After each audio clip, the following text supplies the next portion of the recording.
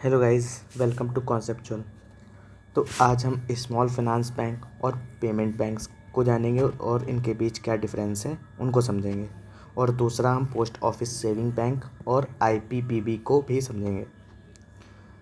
तो इसी के साथ चलिए स्टार्ट करते हैं। जो स्मॉल फाइनेंस बैंक्स हैं इनको मिनिमम 100 करोड़ रुपए मतलब चाहिए स्मॉल फाइनेंस बैंक होने के लिए। पेमेंट बैंक स्टार्ट करने के लिए मिनिमम 100 करोड़ रुपए चाहिए, ठीक है।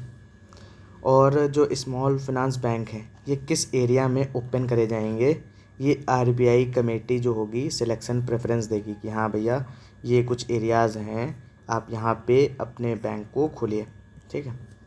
सीआरआर, एसएलआर और जो पीएसएल है प्रायोरिटी सेक्टर लैंडिंग, ये आपको मैं अगले वीडियो में समझाऊंगा। ये तीनों अप्लाई होते हैं स्मॉल फाइनेंस बैंक पे। पेमेंट बैंक में पीएसएल तो अप्लाई नहीं होता है, बाकी जो सीआरआर और एसएलआर हैं वो पेमेंट बैंक पर अप्लाई होंगे। पर जो हमारा पीएसएल जो है वो पेमेंट बैंक्स पे क्यों नहीं अप्लाई होता है, इसका रीज़न ये है कि ये लोन नहीं दे सकते हैं। स्मॉल फाइनेंस बैंक्स पे कंडीशन है कि 25% ब्रांचेस जो हैं अपनी वो अनबैंक्ड रूरल एरिया में खोलेंगे ही खोलेंगे।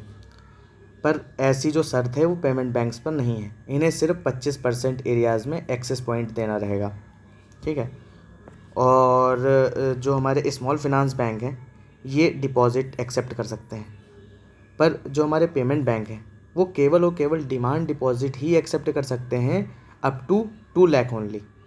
पर ये जो हैं एनआरआई का डिपॉज़िट नहीं ले सकते हैं, फिक्स्ड डिपॉज़िट नहीं ले सकते हैं। जो स्मॉल फाइनेंस बैंक हैं वो क्या डेबिट कार्ड इशू कर सकते हैं, क्रेडिट कार्ड भी इशू कर सकते हैं। पर जो हमारे पेमेंट बैंक्स हैं वो जो हमारा डेबिट कार्ड है वो इशू कर सकते हैं, पर क्रेडिट कार्ड इशू नहीं कर सकते हैं क्योंकि ये लोन नहीं दे सकते हैं।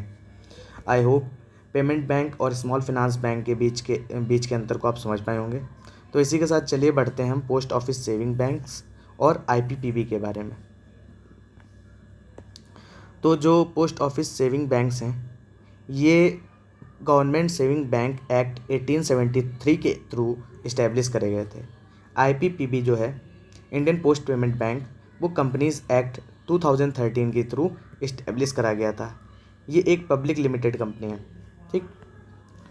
और जो पोस्ट ऑफिस सेविंग बैंक है ये सिर्फ और सिर्फ सेविंग अकाउंट ही खोल सकते हैं। जो आईपीपीबी है वो करंट अकाउंट और सेविंग अकाउंट दोनों खोल सकता है। जो पोस्ट ऑफिस सेविंग बैंक है वो टाइम डिपॉज़िट ले सकता है, पर आईपीपीबी टाइम डिपॉज़िट नहीं ले सकता है क्योंकि यह एक पेमेंट बैंक है। और अभी मैंने आपको ऊपर पेमेंट बैंक की लिमिटेशन बताई थी। जो पीओएसबी जो है पोस्ट ऑफिस सेविंग बैंक जो है वो 2 लाख से ज़्यादा तक का डिपॉज़िट अपने पास रख सकता है, पर आईपीपीबी ऐसा नहीं कर सकता है क्योंकि पेमेंट बैंक की जो लिमिटेशंस हैं वो 2 लाख तक हैं। और जो पोस्ट ऑफिस सेविंग बैंक्स हैं वो इंडिविजुअल्स को लोन नहीं दे सकते हैं, आईपीपीबी भी किसी को लोन नहीं दे सकता है। I hope these concepts are clear to you. Thank you so much.